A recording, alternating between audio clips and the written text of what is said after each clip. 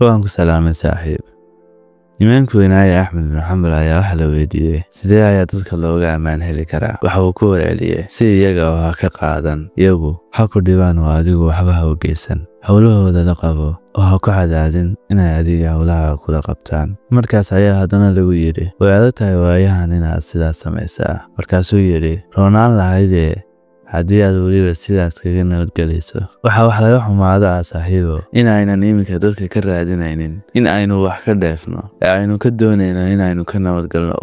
in aynu ka helno xuquuqdeena ugu yar yacni in ay faraha kaala baxaan oo aad ka nabad hesho balse ma dhacaan inaad ka badbaadaa noloshaada ayay ku nool yihiin in ka badan intaad adigu ku nooshahay waxa ay hilmaamsan yihiin in meesha ugu mudan ee afkoodu ku habboon yahay ay tahay wajigoodaas oo Ilaahay ugu talagalay ee aanay ahayn nolosheena ay afka la soo galayaan wallaahi mararka qaar waxaad doonaysaa kaliya inaad ogaato waxa ka farxinaya iyaga si aad ugu samayso aad uga nabad hesho balse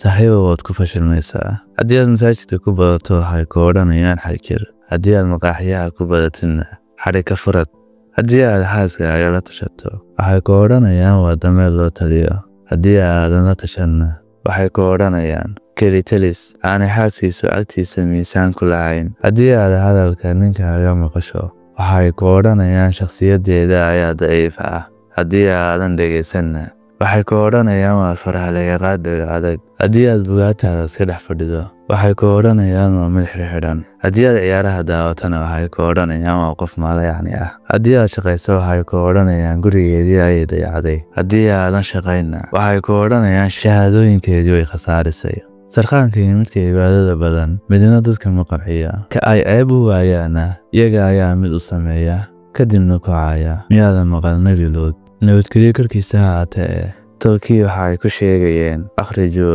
aala luudin min qaryatikum innahum unaasun yatadahharuun ka saara qoyska Luud degmadiina waa wada isdaahirinaya ee marka ay gaf u waayeen ayay nadiifnimadoodii iyo ceebka salinimadoodii ku caayeen markaasaad adiguna isweydiinaysaa sidii aad dadka u raaligelin lahayd ma jiro qaab aad u raaligelinaysaa saaxiibo ha ka yaabin taas nabadina saaxiib